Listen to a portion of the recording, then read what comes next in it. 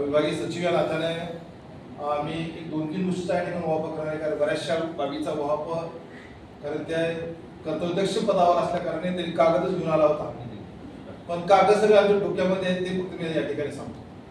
कारण नेहमी माझी आणि अंबरे सरांची चर्चा व्हायची, प्रत्येक गोष्टीचा ड्राफ्टिंग, प्रत्येक गोष्टीची चर्चा.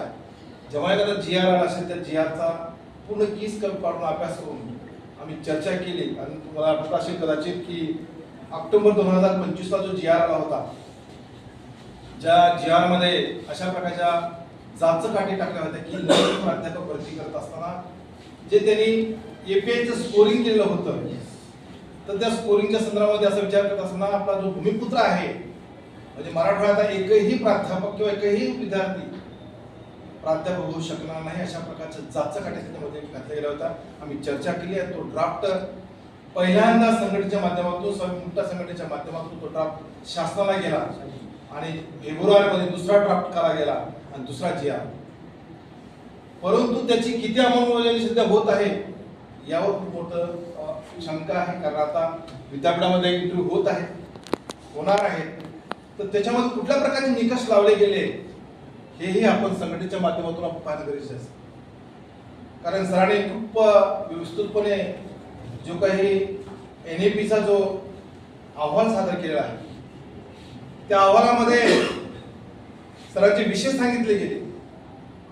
फर्स्ट इयर टू आता 3rd इयर पर्यंत जो NAPचा जो विषय आहे, न कधी ऐकलेले म्हणजे गोल अशा प्रकारचे दिलेले शीर्षक आहेत. AAC असेल, VAC असेल, CC असेल.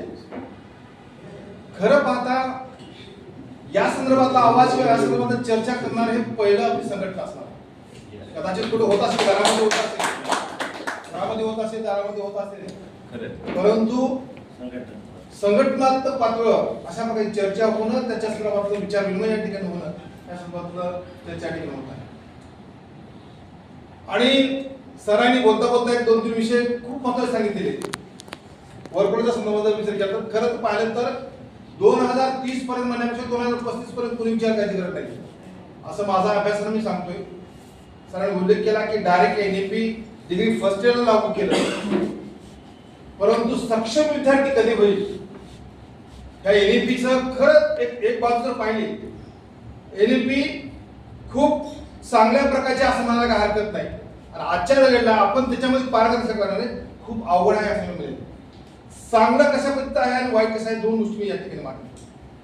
जो विद्यार्थी, जो मुलगा, जो किड्स आज जो पहिल्या वर्गात शिकत आहे किंवा जे LKG UKG शिकत आहे, त्या विद्यार्थ्याला तशा प्रकारचे इन्फ्रास्ट्रक्चर त्या शाळेमधून जर अवेलेबल केलं की सर्वगुण संपन्न, मी होलिस्टिक डेव्हलपमेंट जो कन्सेप्टच्या मध्ये जो आहे NAP मधला, तर तो विद्यार्थी जो आज पहिला असेल तो 2035 ला तो 12वी पास झाला असेल. आणि त्या विद्यार्थ्याला कळेल की मला कुठल्या विंगला जायचं आहे आणि कुठला विषय चॉईस करायचा आहे, कुठं मला टार्गेट करायचं. तेच या ठिकाणी NAPचं धोरण आहे. तर त्या विद्यार्थ्याला तशा प्रकारचं इन्फ्रास्ट्रक्चर जर प्रोव्हाइड केलं गेलं त्या शाळेमधून, त्या म्हणजे प्ले, तर तो विद्यार्थ्याला वाटलं की मला चांगला कॉमेंटेटर बनायचा, तर तो विद्यार्थी त्याच्यामध्ये तयारी करेल आणि ऑस्ट्रेलियामध्ये जाऊन तो कॉमेंट्री करेल. हे अशा प्रकारचं जे चांगलं धोरण आहे ते निबंधन तर ते NAP दिले. परंतु हे डायरेक्ट जे लादलं गेलेलं आहे ते डिग्रीवरच पहिल्यांदा. त्याच्यामुळे विद्यार्थी समाजामध्ये आहेत सर की विद्यार्थी आणखी कळत नाही माझे विषय कोणते. सेकंडरीला विद्यार्थी आला त्या विषय किती होते, तो म्हणतो 2 सर, तुमचा एक केमिस्ट्री, एक बॉटनी आहे आणि बाकीचे विषय ते माहित नाही, मी फक्त परीक्षेला आलो.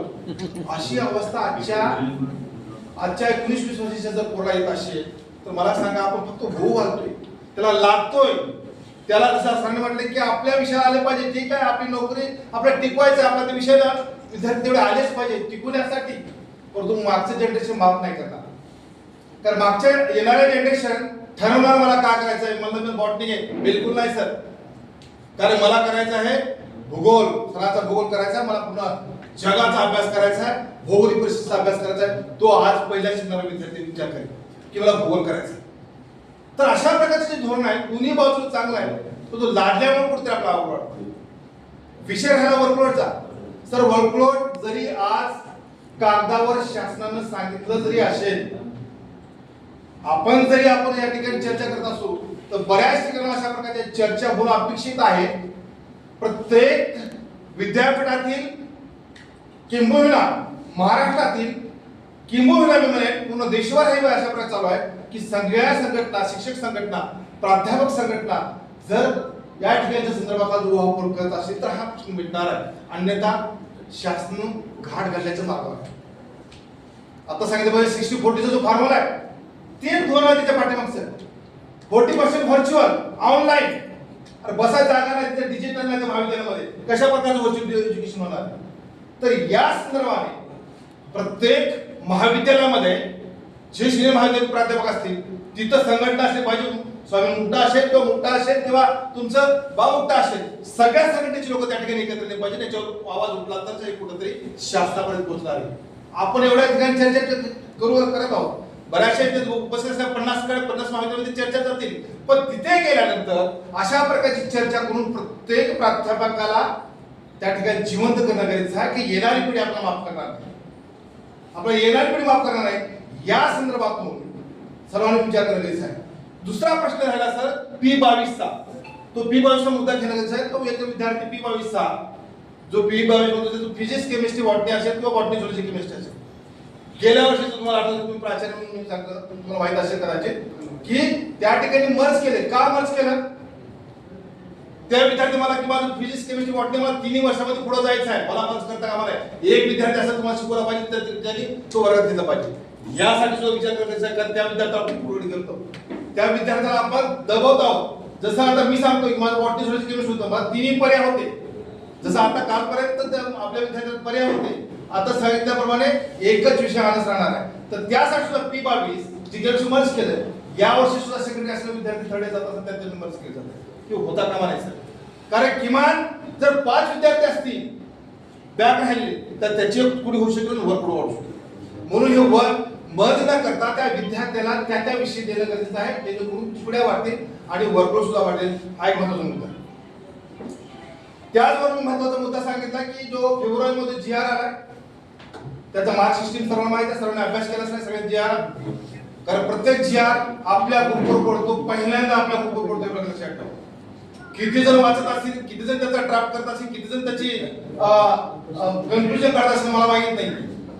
परंतु या ठिकाणी प्रत्येकाने आपला गरजेचं आहे की प्रत्येक मुद्दा समजून घेणं गरजेचं आहे. मी आणि सरांनी चर्चा केली, फोनवर चर्चा केली. मी 1 तास फोनवर चर्चा करताना बोलतो असतो की सर हे खूप चुकीचं आहे, कारण भूमिगत मराठवाड्यातला कुठलाही विद्यार्थी हा भविष्यात प्राध्यापक होणार नाही. का तर त्याच्यामध्ये त्याने क्रायटेरिया लावलाय. जो विद्यार्थी जो विद्यार्थी हा ग्रेड 1 चे जे महाविद्यालय आहे, विद्यापीठ आहे, तिथून जो पास आहे तर पूर्ण मार्क पडतील. उदाहरणार्थ 12 मार्क असतील, युजीला 12 मार्क असतील किंवा 14 मार्क असतील, 14 पैकी 14 मार्क कोणाला पडतील? ज्याचं IIT NIR इथून जर तो PUG झाला त्याला पूर्ण मार्क पडतील. आम्हाला किती पडतील? 8 मार्क पडतील. मग त्याच्यामुळे आम्हाला 60 मार्क पडणारच नाहीये. मग 60 मार्क पडत असेल म्हणजे आम्ही क्वालिफाय होणार नाहीये. क्वालिफाय होणार नाही म्हणजे आम्ही त्या पदावर राहणार. तर या दृष्टिकोनातून हे कुठेतरी थांबलं पाहिजे. कारण आता का हा जे भरती होणार आहे सर, कशा प्रकारची भरती होणार आहे, कुठल्या प्रकारचा त्यांनी क्रायटेरिया लावलाय हे मला माहित नाहीये, कारण मी ऍप्लिकेशनच केलं नाही. जर मी ऍप्लिकेशन केलं असतं तर त्याचा केस पडला असता. मी ऍप्लिकेशन मुद्दाम केलं नाही, कारण माहित आहे की मी 4 वेळा ऍप्लिकेशन केलं होतं विद्यापीठामध्ये. 2010 पासून ते 2016 पर्यंत 20 पर्यंत मी 4 वेळा ऍप्लिकेशन केलं होतं. 4 वेळा पोस्टपोन झाल्या, कॅन्सल झाला. त्याच्यामध्ये अप्लाय बराचसा हातभार आहे आपल्या संघटनेचा. काही गोष्टी त्या ठिकाणी आवडलेल्या आहे, रिपिटेशन दाखल केलं, कॅन्सल झाल्या गेला. मी कदाचित 2012 मध्ये विद्यापीठात राहिलो असतो, परंतु सर यावेळेस जर टाकलं असतं तर त्या ठिकाणी आपण चाटुगिरी, झेलगिरी किंवा कुणाच्या हाताबाहेर पडणार माणूस नाही. प्राध्यापक उद्धव भाले हा कुणाची झेली चाटुगिरी करणार माणूस नाही, कारण रस्त्यावरची लढाई लढणारा, क्वालिटीला लढणारा अशा प्रकारचा उद्धव भाले. आजचा जर EPS स्कोर जर काढला सर तुमच्या डबल आहे. आज बाय डिफॉल्ट विचार केला 3500चा माझा EPS स्कोर आहे. माझ्या याच्यामध्ये बसले सगळेच प्राध्यापक होते, एवढा EPS स्कोर आहे. परंतु तिथलं वातावरण, तिथल्या प्रकारची सिस्टीम, सध्याचा तिथला HOD, तिथं जर वातावरण पाहिलं तर उद्धव भाईला त्या ठिकाणी सिलेक्शन करू शकत नाही. तिथं 35 ला पास आहे, आम्हाला कशाला पाहिजे नॉलेजचा. 35ला पास आहे ते नव्याचं गरज नाहीये. उद्धव ठाकरे त्या ठिकाणी येऊ शकत नाही, कारण उद्धव ठाकरे जर आला तर सगळं सिस्टीम चेंज करून टाकेल.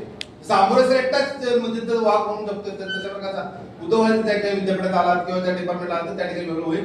अशा प्रकारचं होणार नाही, कारण त्या ठिकाणी शासनाचा जावई हॉल आणि जोपर्यंत फुलारी आहे चिरीमिरी खाऊन मी पोस्ट टाकली, त्या पोस्टला उत्तर दिलं होतं मी की सध्या विद्यापीठामध्ये फक्त 9 बेगाला 1 विद्यार्थी नाही. कशी येतील हो? आंदोलनाला बसा जागा नाही आमच्या साईडला. जे आमचं महाविद्यालय 1971 महाविद्यालय आहे आणि ते आहे 93चं महाविद्यालय सर. तिथला जो काय हे आहे सदस्य आहे मॅनेजमेंट कमिटी यांचा आधी सभासद ते अंकुश कदम, तो बाजारतो फुलारी फिजिक्सचा आहे. ते फिजिक्स वाल्याला माहित आहे.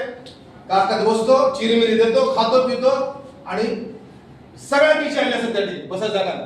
हे बंद झालं पाहिजे, हे बंद झालं पाहिजे. मी काय सांगतो की ज्या ठिकाणी ज्या विद्यापीठामध्ये जे विद्यापीठ महामानवाच्या नावानं चाललंय ह्यांचा सर्वांचा घाट आहे की विद्यापीठ बंद पडलं पाहिजे. कारण जर सगळ्या पीजी बंद पडल्या बाय डिफॉल्ट हा फुलारी राहील का?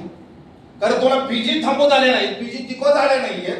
कारण चिरीमिरी खाऊन तुम्ही ग्रामीण भागामध्ये बसायला जागा नाही, तिथे लॅबनी संशोधन करण्यासाठी तर सुविधा नाही, अशा ठिकाणी तुम्ही जर युजी पीजी देत असेल, तिथे सेंटर देत असेल तर कशी विद्यार्थी त्या ठिकाणी 350 किलोमीटरवर जाऊन त्या ठिकाणी आम्ही काही